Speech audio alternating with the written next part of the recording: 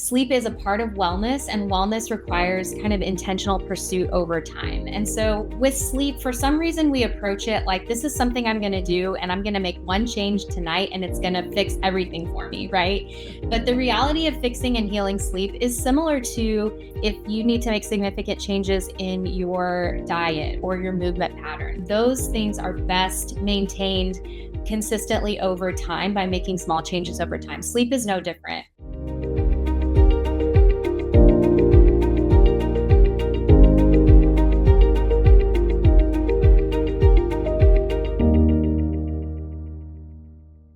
Hey, y'all, it's Danny C. Welcome to the Happy Life Agenda podcast. All right, I've got a treat for you today. How many of you out there can't sleep? Whether it is struggling to fall asleep or stay asleep, sleep is elusive for most of the population. And let me tell you, I have tried everything. I tried to address adrenal fatigue. I've tried hormone therapy. I reduced my caffeine intake. I tried tinctures, herbs, supplements. And of course, there's always the medicine cabinet with the Tylenol PM and then the prescriptions that your doctors will give you to help you sleep better. But what all of those remedies tend to leave you with is either, inconsistent good sleep or side effects that are not worth it. So I am so excited to introduce to you today Emily Green. She is a licensed counselor and she also specializes in cognitive behavioral therapy. And so that makes her somebody who can tell us how to improve our sleep. I'm so excited that you're here. Welcome, Emily. Tell us more about you and your practice. Awesome. Thank you so much for having me. I'm really excited to be here, and I love sleep. I love talking about sleep. How I kind of got into this, obviously, as you said, I'm a licensed counselor. And early on in my career, I was doing a lot of really targeted brain-based therapy. And what I noticed is through that type of therapy, people started kind of naturally sleeping better.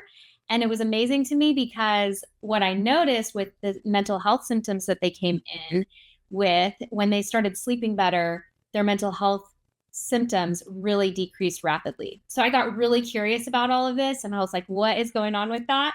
I really started to dig in a little bit more, got really curious about sleep, started researching it, started giving talks and educational information to people in the community. And funny story, I ended up meeting my husband through one of those talks. And so this topic has literally changed my life for the better. And I love it. I love getting to talk about it and share about it. So I'm really excited to be here. Oh my gosh, fantastic. Well, then I am so excited to deep dive into this conversation and hear your secrets about better sleep. So I'm so curious. One of the things that I have done most of my life is I, would say I'll sleep when I'm dead. And I'm pretty sure in my 20s that I did not sleep, that I just would go, I worked a really early job. And so I would just party and then go straight to the job, sleep for a little bit, and then, do it all over again. And I regret that now. And I know the health implications, but can you tell our audience, like, even in our 40s, we do it because we're like, I work so hard. I work 80 hours a week and I never sleep. What is that doing to us and why does it happen? Yeah. So what you're really touching on right now, Danny, is that there is a huge cultural component to our overall lack of sleep in our society right now.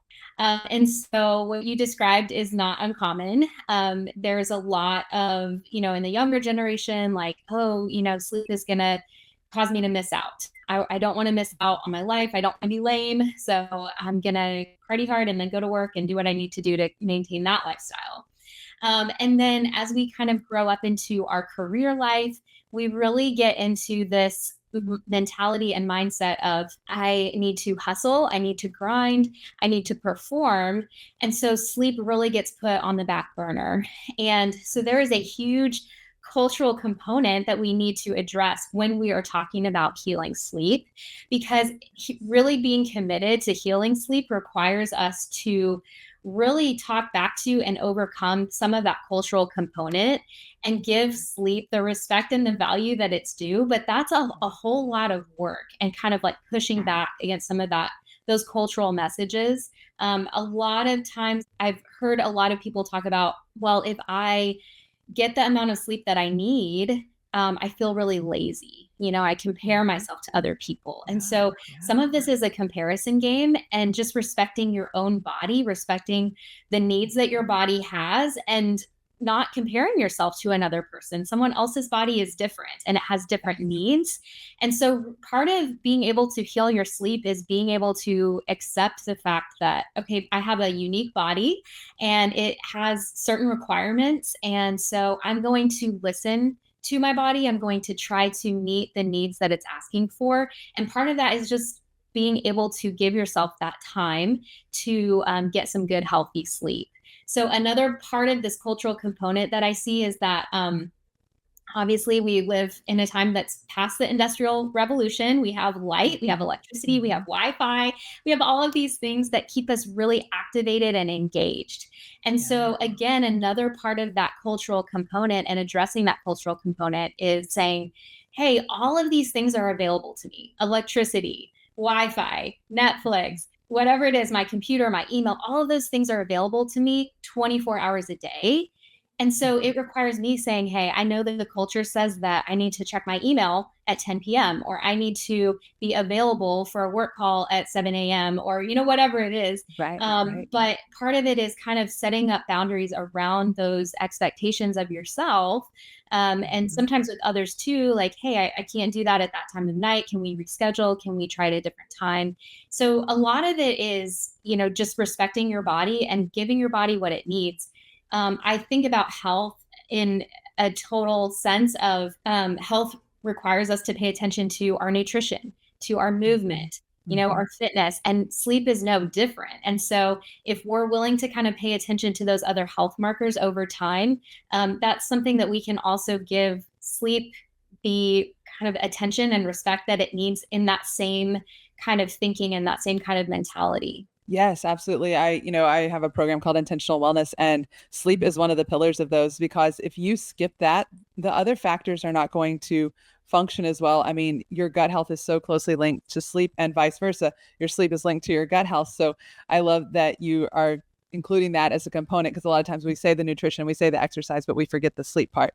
Now, in some of our conversations, you have said, and I think you're touching on that here, is like we make sleep something that we do rather than something that is this integral component to our health. Like we got to eat, and that's kind of, it's important how you eat. Just the same thing with sleep. You've got to sleep, but it's important how and how long you sleep. So can you touch on some of the behaviors there that are important, just like we know, you're supposed to eat your vegetables and your fruits. Are there similar pillars in sleep? Absolutely. And one of the things that I really try to remember for myself and then also communicate to my clients is that sleep is a part of wellness, and wellness requires kind of intentional pursuit over time. And so with sleep, for some reason, we approach it like this is something I'm going to do, and I'm going to make one change tonight, and it's going to fix everything for me, right? But the reality of fixing and healing sleep is similar to, if you need to make significant changes in your diet or your movement patterns, those things are best maintained consistently over time by making small changes over time. Sleep is no different. And so if you're going from getting 4 hours of sleep a night and your goal is to work up to 9 hours of sleep a night, that's not going to happen in one night. And I think a lot of people try to play that catch up game. And so they'll kind of really shorten their sleep throughout the week. And then they'll think, okay, I can catch up on the weekend. That's really not super effective. It's better than nothing, but what's more effective is to really try to prioritize it consistently over time. So what happens when you shorten and then try to play catch up is that your sleep can kind of get thrown off. So our bodies really thrive on a consistent schedule and a consistent routine. And so if we're not providing our body with that opportunity to have consistency, especially at night in our sleep, then our body is kind of going to get the message of like, hey, you're not in control. You're kind of all over the place, and it's going to get kind of confused and not really know what to do. And so at a certain point, your body's going to stop responding to the opportunities that you give it to sleep.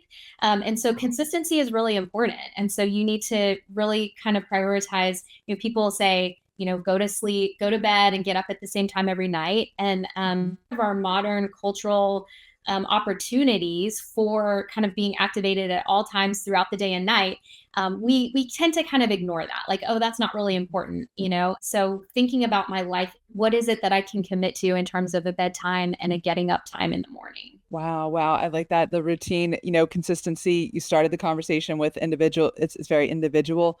I heard on a podcast recently, they talked about that, we all have our circadian rhythm, and our society doesn't really allow us, especially if you're a night owl, to live in that circadian rhythm. So you have to kind of adjust, but try to get as close as possible to that. So tell me a little bit about, when we've been preparing for this and we've been kind of talking to the audience about what they're going to learn today, you know, that you don't have to have a supplement, that you don't have to have all of these therapies. That actually shouldn't be the first thing that you reach for, but it's actually some of the changes that you mentioned consistently. So what are those specific behaviors that we can start to lean into? And again, remembering that it's consistency over time and you can't just do it tonight and it's all going to be better. What are some of those? Can you tell our audience? Sure. So, I have done a lot of reading and learning from Dr. Matt Walker. He's done a great job of making this conversation about sleep really accessible. So, one of the things that he says that I love is that sleep is not something we do. Sleep is something that happens to us when the conditions are right. And I think that's really your questions. It's like, how can I get the conditions to be right for sleep to come? And so there's a lot of things that we do. And especially when we think of it in a whole body total health, we want to think about what are the not only the physical conditions that I want to be right, but also kind of like the mental and emotional conditions. And I think that a lot of times we discount the fact that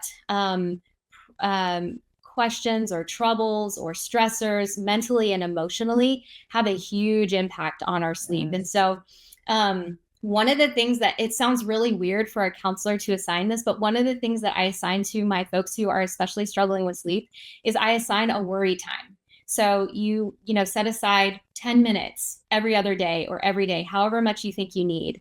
Probably best to start with every single day, 10 minutes, and not next to bedtime, but sometime in the afternoon, late afternoon, maybe when you're wrapping up your workday, you get out a physical sheet of paper and a physical pen, and you start writing down, these are all the things I'm worried about. These are all the things that when I lay my head on the pillow tonight, these are the things that my brain is going to go to. Because what happens is we don't give our brain and our body time to really process all of the input that we're receiving. You think about from the time that you open your eyes in the morning, your body and your brain is receiving input, input, input. And in our hyper connected society, that input is, 100x of what it used to be, right? And so sitting down, giving yourself time, set a timer, 10, 15 minutes, however much you think you're going to need, and just worry. Just sit there and write down all the things that you're worried about. Things that, it could be global things, existential crises. It could be things about, oh man, I forgot to pick up the dry cleaning, or I need to go get those cupcakes from the store, right? Just anything that's on your mind. And just giving yourself that time to really process, hey, what are the things that are on my mind? So that when you get to the point where you are ready to go to bed, you've already kind of taken care of some of that. An Oh my effective God. way to kind of wrap that up would be to look at your list of worries and to maybe just kind of evaluate, hey, are there things on here that I can make choices about right now? And are there things on here that I have no choices about? Like, I can't control what's happening in the Middle East right now. I have no control over that. And so I am concerned about it, so I'll write it down, but I have no control over it. But I can control whether or not I go and pick up the cupcakes for the birthday party, right? That's something that I can choose to do. So let me schedule out when I'm going to do that, make a plan for how I'm going to do that. And when you take time to do that sometime during the day before it's time to go to bed at night, it just gives your brain and your body time to process through that so that when you lay your head on the pillow at night, it's not such a mental burden. You're not trying to process all of that stuff just in your head in the moment. So that's one really effective place to start with that mental load. Oh my God, that's fantastic. Yeah. So the other half of that would be then when you do lay your head on the pillow, there's a lot that can start to creep back in. And so, again, making those conditions right for your mind could include something like deep breathing. It could include something like trying meditation or prayer. worship, those kinds of things can be really effective to give your brain a place to go when it's on the pillow at night and it's quiet. One of the really effective things that I love is playing ABC games. So, a little trick that I use is I think of a word that I want to meditate on. Let's say it's the word rest. And I just kind of go through those letters, REST, and I start with R. And I think of 5 nouns that begin with the word R. So, something like, rigatoni or, whatever R word you want to come up with. And you go through, 5 nouns with R, 5 nouns with E, and it just gives your brain a place to go so that it takes your mind off of itself. So it's not really effective to say, just don't worry, just don't think about something because your brain is going to go somewhere. And so being really proactive with helping your brain float into something that's not too stimulating, but it's just kind of giving your brain somewhere to go. Wow. So that, I guess it's like the new equivalent of counting sheep, but since it's more complex, because, going 1, 2, 3, it just doesn't. Right. It's not, yeah, it has to be just stimulating enough, but not too stimulating. You're absolutely right. Yeah. And so, you talked about other habits. That's a big one too, is not going to bed overstimulated. So think about the way that we prepare kids for bed, right? We make them turn off the TV, we make them go take a bath, we make them brush their teeth, we read a bedtime story, we have a little prayer time. We kind of go through this really predictable process. And ideally, it puts them in a place where sleep is more available to them. Right. Well, that part of our body that craves that kind of structure and that kind of preparation doesn't turn off when we reach age 12 or age 18 or age 25 or 45. Our bodies still really respond to that kind of a process. And so giving yourself a predictable routine at night, hey, this is the time of night that I turn off the TV. This is the time of night that I stop looking at my phone. This is the time of night that I go and take a shower or a bath. And that's really relaxing, and kind of giving your body that opportunity to start predicting, all right, it's time to start winding down for sleep. Those kinds of habits can be really effective as well. And again, something that I think we start to kind of neglect, like we want to watch our show all the way up until the minute we close our eyes, right? And so kind of helping yourself by reducing some of that stimulation over time, gradually as you head into your bedtime, can be really helpful. Wow, I really like that you said that, because I follow Dr. Matt Walker also, and he talks a lot about the importance of the before bedtime routine and sticking with it, and even being like on the timelines. And he does say, because I know everyone out there's thinking, well, like, that makes me so rigid and nobody's going to hang out with me. And he does say, like, give and take, maybe try to hit 5 days out of the week or something like that. But I did follow that for a while. And it was easier before the sun was out so long. But, taking a hot bath, he said, because then when you get out, your body starts trying to cool your body down, and then keep your room temperature really cold. And I've like that practice alone just made my nights better. There's some other things that, like, the worry stuff and the rumination, because that's been a big part of my journey, is getting rid of that anxiety. And I love that journaling is a great way for people to turn that on immediately, because it's when you lay there and let your mind whir about things you can't control, that's when you can't sleep. And it's probably this, even Matt Walker says, it's the single biggest factor in people not sleeping. So thank you for sharing that. Now, should anyone, like, if they're doing these things and it's not working, how long should they give it? And is there any time when, if you're in menopause or different things like that, that you need to reach for the pills or go to a doctor? Can you expand on special circumstances a little bit? Yes. Yeah. So there is some grace for special circumstances. And so you're talking about things like going through menopause and experiencing hot flashes in the middle of the night. Like, obviously, you're not going to be able to sleep through that. Another big one is pregnancy and postpartum, and then having young children, right? Like, your sleep is going to be different because of those life phases. And so part of it is kind of recognizing what phase that you're in and what to expect, and giving yourself some grace as you go through those phases of life. Always, you can kind of have an ideal, and you can have a plan, and try to work your plan as much as possible. But like you said, we also need to live our life, right? And so you want to be really considerate about kind of where you are in your lifestyle. But in every phase that we're talking about, things that can help is kind of just that total body health. Obviously, moving your body, getting proper nutrition, getting proper exercise, and then just having a lot of patience and grace with yourself as you work through those time frames in your journey. One of the things that's helped a lot for myself and a lot of people that I've worked with is kind of this realization that we can give ourselves a pass, that we don't have to sleep perfectly every single night.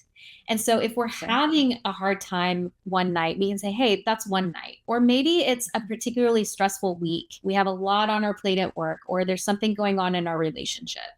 It's okay that we're not sleeping perfectly that week. And so kind of just really taking into account, where is my body? How am I feeling? How are my relationships? What is my stress level? And really factoring that in and saying, hey, that might be playing into why I'm struggling this week. So this week, it's a harder week. I'm feeling tired. I'm going to enjoy just laying in my bed, being still and quiet and resting, but I'm not going to pressure myself to try to go to sleep. When we try to go to sleep, that's really when things start to fall apart, because again, we're thinking of sleep as something that we're trying to do and we're failing. Right? So that increases the anxiety. So if we can kind of say, I'm not really sleeping well tonight. This is one night, or this is one week where I have a lot going on. I'm just going to enjoy being still and quiet.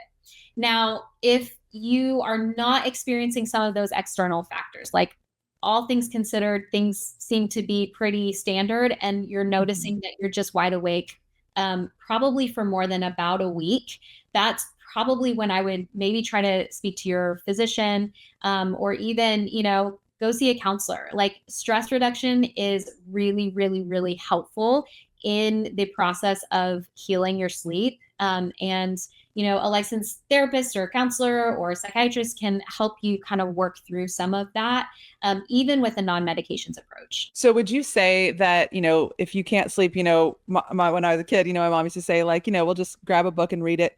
Today, a lot of people probably turn on the TV or turn on the phone.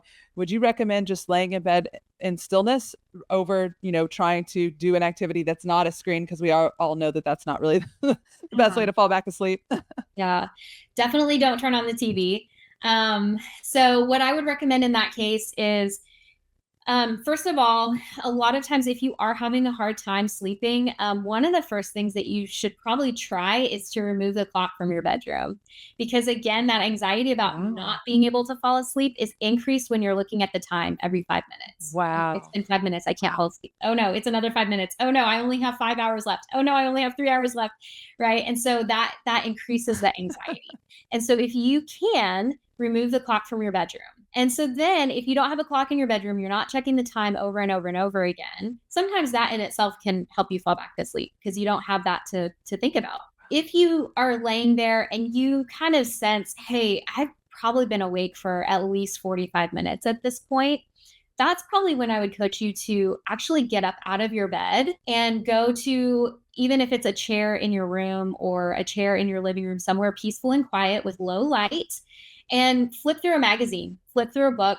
Again, you're looking for the conditions to be right for sleep to come. So if you notice you're just laying there and your mind is racing, you can't go back to sleep, it's been, you would estimate it's been 45 minutes to an hour. Get up out of your bed, go do something really low key. If you have a moment where you start to feel like, hey, I really feel like I'm feeling sleepy again and I want to try to go back to sleep, and you have time, then go back to sleep. And if you don't, then you can say, okay, that wasn't a great night. That's okay. I'm going to try again tomorrow. Wow. Okay. So let me ask you another question, because you've mentioned several times the racing thoughts. And for a long time, the recommendation was keep a pen and pad on your nightstand and write all of that stuff down. But, for me, the list would be just so insanely long. I think it would wake me up. In fact, I did do this, is I would just go upstairs and start doing the list, just checking my emails and do all the bad things. Do you think that that is still a good piece of advice? Or is it more these monotonous type tasks, like read a magazine, book, and not really get yourself into, what's going on in your head? Yeah. It depends on if you want to go back to sleep or not. So if you're interested in trying to fall back asleep, I know you get up really early. And so sometimes for you, like if your normal wake up time is, let's just say 4 o'clock, and you Mhm. notice that you wake up at 3:30 mind racing. At that Mhm. point, it might be worth getting up an extra 30 minutes early and starting on your list. But for somebody whose wake up time is more like 7 a.m. and they're waking up at 3:30 and they can't go back to sleep, then they would probably want to do something that's not activating. So again, we're thinking about from a brain-based perspective, what activates your brain? Work Mhm. emails activate your brain. Even Yes, watching they do. shows that aren't like super exciting or super engaging, TV activates your brain, right? Mhm. All of that is Mhm. very activating, very stimulating. And so you want to think of like really low activation types of activities. So yeah, something like flipping through a magazine, reading a history book, something like that's just not super activating. Maybe even, sitting and writing out a prayer, or, something that's not kind of like your to-do list oriented. Because anytime you start engaging, I need to do, I need to do, I need to do, that fires your system to get into action mode. And that's not what you're looking for if you're interested in going back to sleep. Okay, wow, that's such great advice. So, since you're a counselor, I think that you'd be able to kind of touch on this conversation as well. Is, one of the things that was keeping me up at night was like rumination, and that's tied into anxiety. And, a lot of times it was related to work. And what I've started to practice is I would, have had a conversation or be facing a meeting with some people that I'd had an uncomfortable conversation with the day before. And so, like, I'm playing out in my head what I should have said, what I'm gonna say when I see them again. And it's a very, like, I would say, angry conversation in my head. Mhm. And one of the coachings that I got was like, what if you fantasized that is everything going right and you had a great, conversation with that person when you see them again. And instead of thinking of you can't change the past, so why should I ruminate on what I would have said? And now what would that look like moving forward? And how can I shift that relationship? And you like literally lay there and fantasize that you can fall back asleep because it was the anger getting, you hopped up, the anxiety Mhm. about that. And it's something you can't change. Now, I'd love your opinion on that. Yeah, that's that's a great approach. And I'm a huge fan of stop thinking about what you don't want and start Yes. thinking about what is it that you want. Like, what is your Mhm, best outcome? What is the best mhm, case scenario in that? And I coach my clients, if you can sit there and think through the worst case scenario, what is the absolute worst thing that can happen? And that's a possibility. We have to mhm, acknowledge that's a possibility. My worst case scenario is a possibility. mhm. But if that is a possibility, then it's equally as likely that the best case scenario is a Yes. possibility. And we have to give it that credit, right? And so I love that Yes. approach of really thinking through, okay, what is my worst case? Now, what is my best case? And I have to give Yes. both of those an equal opportunity. And I don't know what's going to happen, right?